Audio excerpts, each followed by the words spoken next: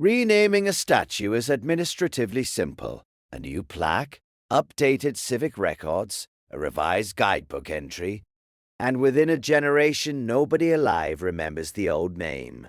The bronze is unchanged. The figure's posture and attributes and proportions are exactly what they were before. But patination analysis, the chemistry of how bronze oxidizes over time, can tell you whether a statue has been exposed to the elements for 50 years or for 200. And a consistent proportion of inheritance period equestrian statues across multiple cities and multiple countries show exposure ages that are significantly older than their official installation dates. The process of renaming a statue is administratively simple. You commission a plaque, you update the civic records, you include the new name in the guidebooks. Within a generation, nobody alive remembers the old name, and the new name is the only name, backed by the full authority of the municipal record and the institutional history. The statue is the same, the bronze is unchanged. The figure's posture and costume and attributes are identical to what they were before the renaming. But the identity of the figure is now whatever the plaque says it is. And the plaque says what the new authority decided it should say. I came to this investigation through a specific observation about equestrian statues. Equestrian statues, monuments depicting a figure on horseback, are one of the most expensive and most symbolically significant categories of public sculpture. They have been used throughout Western history to commemorate rulers, military commanders, and civic heroes of the highest status. The production of an equestrian statue in the post-medieval period is a major artistic and financial undertaking. The commission of a sculptor of significant reputation, the production of a clay or plaster model, the casting in bronze by a foundry of the necessary scale, the installation on a prepared base. These events generate documentation, correspondence with the sculptor, foundry records, payment receipts, commission records from the civic or royal authority that funded the work. Equestrian statues are among the best documented categories of public sculpture because their production is too significant and too expensive to occur without a paper trail. And yet, across the inheritance period, in city after city across Europe and North America, there are equestrian statues whose official documentary record is inconsistent with the physical evidence of the statue itself.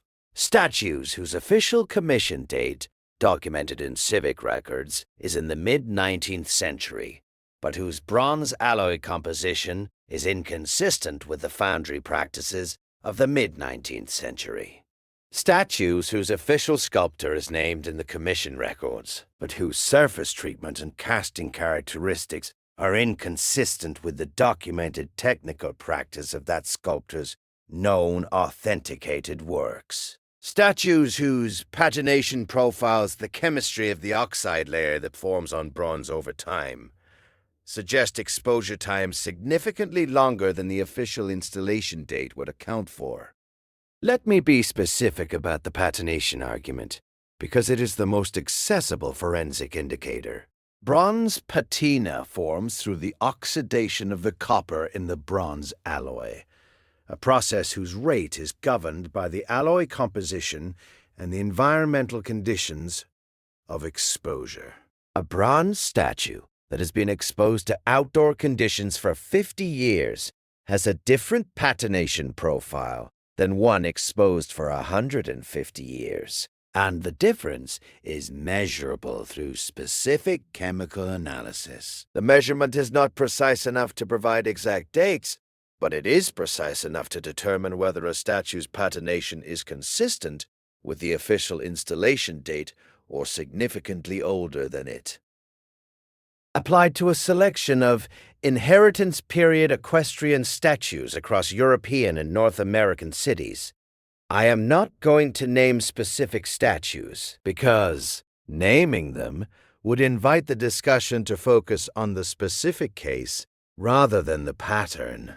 The patination analysis consistently suggests exposure ages significantly longer than the official installation dates provide for. Not for all of them. A significant minority show patination consistent with the official dates, but a consistent proportion show patination that is inconsistent with the official dates, always in the direction of greater age.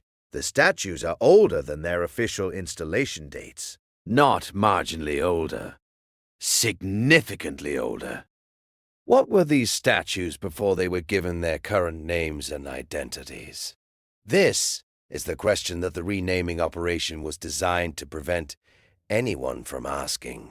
The subjects of the pre-Resit monumental sculpture were figures in the Tartarian iconographic tradition, a tradition whose specific symbolic vocabulary, costume conventions, posture codes, and attribute systems are not the same as the Western European tradition of the post-Reset period. A figure in Tartarian monumental sculpture carries different attributes, wears different costume, adopts different postures than a figure in the Western tradition. And a skilled art historian, examining a statue that has been given a Western identity through a renamed plaque, can sometimes see the disjunction between the attributed identity and the iconographic vocabulary of the figure itself.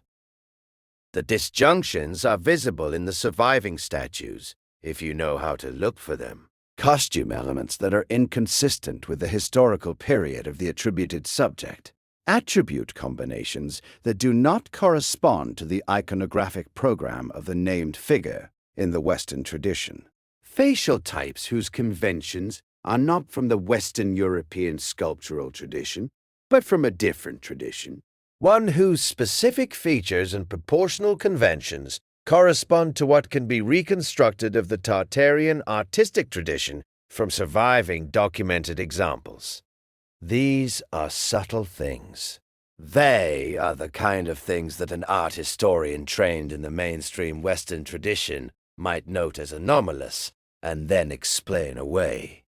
Because the alternative explanation, that the statue is not who the plaque says it is not a conclusion that the mainstream institutional context supports. The renaming operation worked at two levels. The first level was the literal renaming, new plaques, updated civic records, new guidebook entries. The second level was the construction of a biographical and historical context around the new name that made the statue's presence in the specific location seem historically motivated. The equestrian statue in the city square was not just renamed from an unnamed Tartarian figure to a named Western hero. It was given a story. The hero had some historical connection to this city, this region, this civic tradition. The statue was explained as a commemoration of a specific historical event involving the named figure. The location was given significance in relation to the named figure's biography. A full contextual apparatus was constructed around the new name, making the statue's presence in its location seem like the result of a specific historical decision to commemorate a specific historical figure at a specific historical moment. This apparatus, once in place, is self-reinforcing. The guidebook says the statue is of General X, erected in 1852 to commemorate his victory at the Battle of Y. The civic history agrees. The plaque confirms it.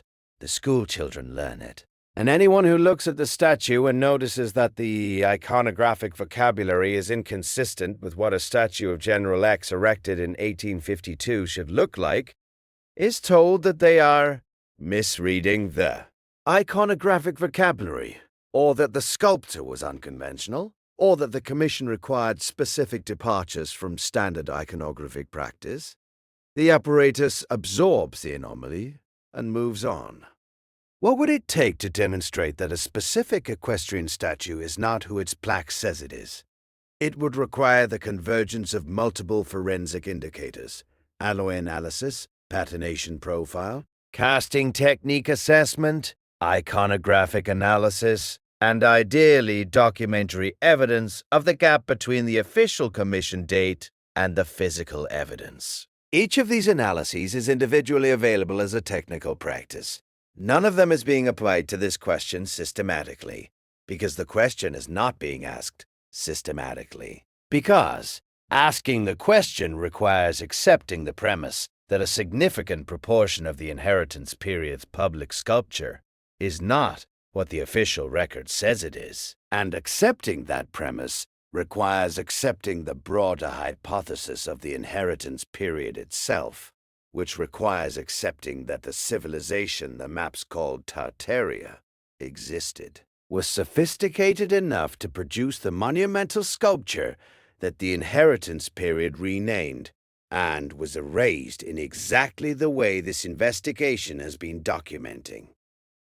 The statues are in the squares, the plaques are on the bases, the names are in the guidebooks, the stories are in the civic histories. The evidence is in the bronze itself, in the alloy chemistry and the patination profile, and the casting technique, and the iconographic vocabulary that doesn't quite fit the attributed identity. All of it is available. None of it is being asked about in the way that would produce an answer. The figures on horseback stand in the squares of the world's cities, carrying attributes that belong to a tradition the new civilization renamed them out of, wearing costumes that don't quite correspond to the period the plaques assign to them. Their faces showing the proportional conventions of a sculptural tradition that officially no longer existed when the plaques say they were made. Patient, stone-faced, or bronze-faced, waiting for someone to look at them long enough to see past the plaque. If the figures on horseback in the squares of the world's cities are older than their plaques claim, and if their iconographic vocabulary belongs to a tradition other than the one the plaques attribute them to, whose monuments are we actually living with, and what tradition are they recording? Drop your thoughts in the comments, and share this with anyone who has ever stood in front of a public statue and sensed the official explanation was insufficient.